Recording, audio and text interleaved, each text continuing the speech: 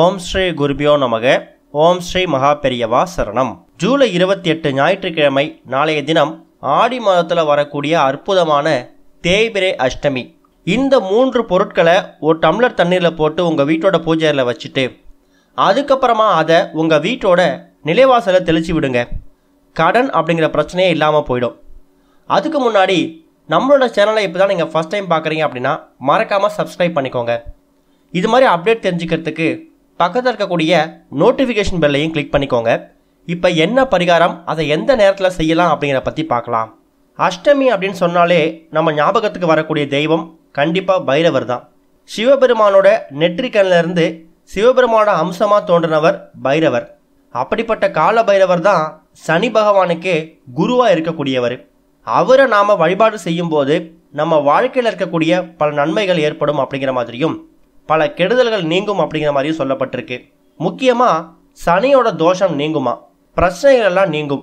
அப்படிப்பட்ட கால பைரவரை ஆடி மாதம் வரக்கூடிய தேய்பிரை அஷ்டமியில் நாம் எப்படி வழிபாடு செய்ய போகிறோம், அவருக்காக என்ன ஒரு பரிகாரம் செய்ய போகிறோம் அப்படிங்கிற பற்றி தான் பார்க்க போகிறோம்.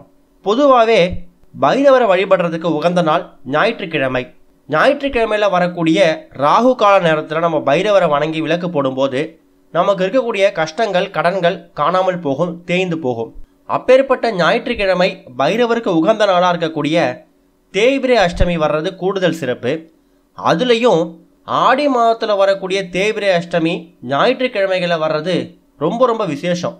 இப்படிப்பட்ட ஒரு நாள் திரும்ப அமையிறது அப்படிங்கிறது ரொம்ப அரிதாக தான் இருக்கும். இந்த ஒரு நாளை பயன்படுத்தி நீங்கள் பைரவருக்கு சில விஷயங்கள் வழிபாடு பரிகாரங்கள் செய்யும் போது உங்கள் வாழ்க்கையில் இருக்கக்கூடிய பல தடைகளை நீங்கள் நீக்கிக்க முடியும். குறிப்பாக தொழிலில் தடை உண்டாகுது, இல்லை எதிரிகளால் பிரச்சனை ஏற்படுது, தேவையில்லாத வம்பு வழக்குகளை மாட்டிக்கிட்டு விழிப்பிதுங்கி நிற்கிறவங்க கண்டிப்பாக கால பைரவரை தேய்பிரை அஷ்டமி அன்னைக்கு வழிபாடு செய்யும் போது எல்லா விதமான பிரச்சனைகள்ல இருந்தும் வெளிவர முடியும்.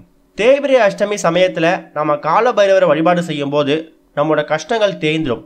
அப்படிப்பட்ட தேய்பிரை அஷ்டமி அன்னைக்கு உங்கள் வீடு பக்கத்தில் இருக்கக்கூடிய சிவாலயத்துக்கு போங்க. கால பைரவரை ராகு கால நேரத்தில் வழிபாடு செய்யணும். ஞாயிற்றுக்கிழமை ராகு காலம் அப்படிங்கிறது மாலை 4:30 மணிலேருந்து 6 மணி வரைக்கும். அந்த நேரத்தை நீங்கள் தவற விடாதீங்க.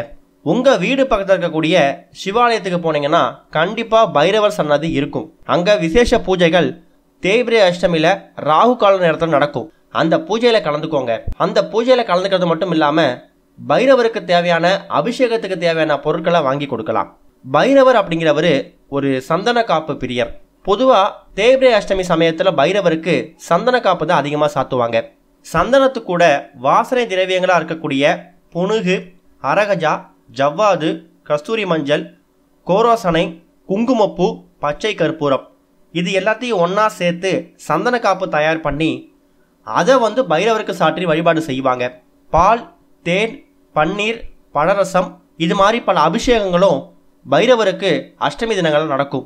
பைரவரை காலை நேரத்தில் வழிபாடு செஞ்சால் சர்வ நோய்கள் நீங்கும். பகலில் வழிபாடு செய்யும் போது நாம் நினச்சது எல்லாம் நமக்கு கிடைக்குமா. மாலை நேரத்தில், அதுவும் ராகு கால நேரத்தில் 4:30 மணிலேருந்து 6 மணி, இந்த நேரத்தில் நம்ம வழிபாடு செஞ்சோன்னா நம்மளோட பாவங்கள் விலகும். பாவங்கள் விலகிறது மட்டும் இல்லாமல் கடன் பிரச்சனை விலகும். நிறைய பேருக்கு இருக்கக்கூடிய முக்கியமான கடன் பிரச்சனை என்ன அப்படின்னு கேட்டிங்கன்னா, அடகு வச்ச நகைகளை மீட்க முடியாமல் இருப்பாங்க, இல்லை வட்டிக்கு வாங்கின பணத்தை அசலோட திரும்பி கொடுக்க முடியாமல் தவிச்சுக்கிட்டு இருப்பாங்க. அவங்க எல்லாரும் மாலை நேரத்தில் தேய்பிரை அஷ்டமியில் நீங்கள் பைரவரை வழிபாடு செய்யணும். இரவு நேரத்தில் வழிபாடு செஞ்சால் எல்லா வளமும் கிடைக்கும். இப்படி பைரவரை ஒரு நேரத்தில் நீங்கள் வணங்கும் போது அதுக்கேற்ற பலனை நீங்கள் பெற முடியும். இது போக நீங்கள் உங்கள் வீட்டோட பூஜை அறையில் இப்போ நம்ம சொல்லக்கூடிய இந்த ஒரு பரிகாரத்தை நீங்கள் செய்யணும்.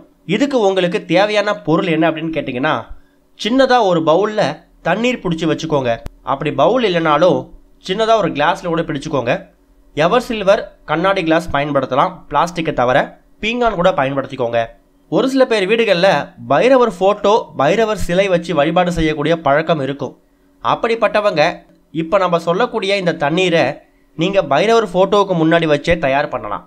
ஒருவேளை உங்களுக்கு பைரவர் ஃபோட்டோ சிலை வச்சு வழிபாடு செய்யக்கூடிய பழக்கம் வீட்டில் இல்லை, கோவிலில் மட்டும்தான் வழிபாடு செய்வோம் அப்படின்னு நினைக்கிறவங்க ஒரு குத்து விளக்கு ஒன்று ஏற்றி வச்சுக்கலாம்.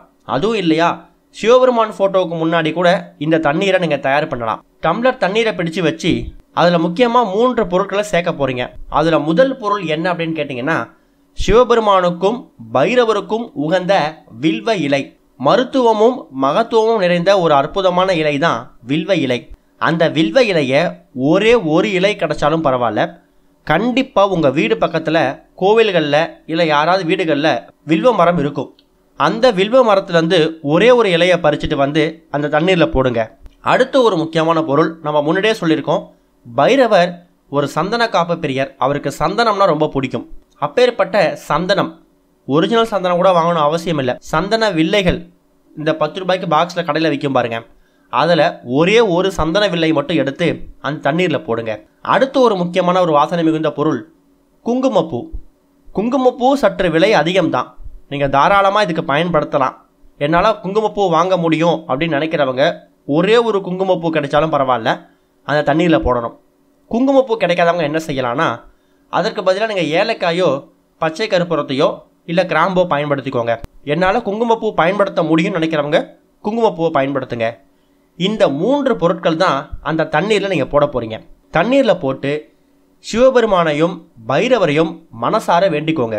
பைரவர் அப்படிங்கிறவர் காசிக்கே 8 திக்குகளுக்கும் காவல் தெய்வமாக இருக்கக்கூடியவர். அதனால தான் அவர் அஷ்ட பைரவர்களாக காட்சி அளிக்கிறார். அஷ்டனா 8, 8 திக்குக்கும் காவல் தெய்வம் பைரவர். காசிக்கே காவல் தெய்வமாக இருக்கக்கூடியவர் உங்களோட கடன் பிரச்சனை தீர்க்க மாட்டாரா என்ன? அந்த நேரத்தில் நீங்கள் அந்த தண்ணியை முன்னாடி வச்சு உங்களோட அடகு வைத்த நகைகளை மீட்கணும், வட்டிக்கு வாங்கின கடனை திருப்பி கொடுக்கணும். இன்னும் சில பேருக்கு வட்டிக்கு கொடுத்துருப்பாங்க, அந்த தொகை வந்து கைக்கு வராமல் இழுபறியாக இருக்கும். அவங்களும் அந்த நேரத்தில் பைரவர்கிட்ட வேண்டிக்கலாம். இது எல்லாமே மாலை நேரத்தில் நீங்கள் செய்யலாம். ஒருவேளை மாலை நேரத்தில் செய்ய முடியலன்னா காலை நேரத்தையும் செய்யுங்க, அதை பற்றி பிரச்சனை இல்லை. இந்த வழிபாடை முடிச்சுட்டு சிறிது நேரம் அந்த தண்ணீர் உங்கள் வீட்டோட பூஜை அறையிலே இருக்கட்டும். அதுக்கப்புறமா அந்த தண்ணீரை உங்கள் வீட்டோட நிலைவாசலில் அங்கங்கே லைட்டாக தெளித்து விடுங்க. வீடு முழுக்க கூட தெளித்து விடுங்க. குறிப்பாக நிலைவாசலில் தெளித்து விடணும். அப்படி செய்கிறது மூலயமா உங்களுக்கு எதிரிகள் தொல்லை அதிகமாக இருக்குது, கண் திருஷ்டி இருக்குது, பில்லி சூனியம் இது மாதிரி பிரச்சனைகள் இருக்குது அப்படின்னா கூட அந்த தண்ணீரால் அதெல்லாம் தெரிச்சு ஓடிடும். சகல விதமான நன்மைகளையும் பெறுவதற்கு தேய்பிறை அஷ்டமியில் இந்த ஒரு தண்ணீரை நீங்கள் வீட்டு வாசல் தெளித்து விடுறது மூலயமா எல்லா விதமான பலன்களையும் நீங்கள் பெற முடியும். குறிப்பாக கடன் அப்படிங்கிற பேச்சுக்கே இடமில்லாமல் போயிடும். வீட்டில் போதுமான அளவுக்கு பணம் உங்கள் கையில் இருந்துக்கிட்டே தான் இருக்கும். ஆடம்பரமான வாழ்க்கை வாழ்கிறீங்களோ இல்லையோ, அத்தியாவசிய பொருட்களுக்கு எந்த பஞ்சமும் இருக்காது. பைரவருக்கு உகந்த மலர்கள் தாமரைப்பூ, வில்வ மாலை, தும்பைப்பூ, அதே மாதிரி சந்தன மாலை கூட பைரவருக்கு ரொம்ப பிடிக்கும். அதை நீங்கள் வந்து கோவிலுக்கு எடுத்துகிட்டு போய் சாப்பிடலாம். பைரவருக்கு பிடிச்ச நைவேத்தியங்கள் அப்படின்னு பார்த்தீங்கன்னா காரமான புளி சாதம், உளுந்து வடை, பால், அப்புறம் பழ வகைகள். இது எல்லாத்தையும் கூட உங்கள் கையில் நைவேத்தியமாக செஞ்சு உங்கள் வீடு பார்த்துருக்கக்கூடிய சிவாலயத்துக்கு போயிட்டு பைரவருக்கு அர்ச்சனை செய்யக்கூடிய அந்த நேரத்தில் நீங்கள் நைவேத்தியமாக படைக்கலாம். இது எல்லாமே ஆடி மாதத்தில் வரக்கூடிய தேய்பிறை அஷ்டமியில் நீங்கள் பண்ணக்கூடிய வழிபாடு. வீட்டு வாசலில் தண்ணீரை தெளிச்சுட்டு அதில் இருக்கக்கூடிய சந்தனம் கரைஞ்சிருக்கும் குங்குமப்பூவையும் வில்வத்தையும் செடியில் போட்டுருங்க. இந்த ஒரு பரிகாரத்தை பண்ணுங்கள், நல்ல ஒரு முன்னேற்றம் ஏற்படும். ஓம் ஸ்ரீ குருபியோ நமக. ஓம் ஸ்ரீ மகா பெரியவா சரணம்.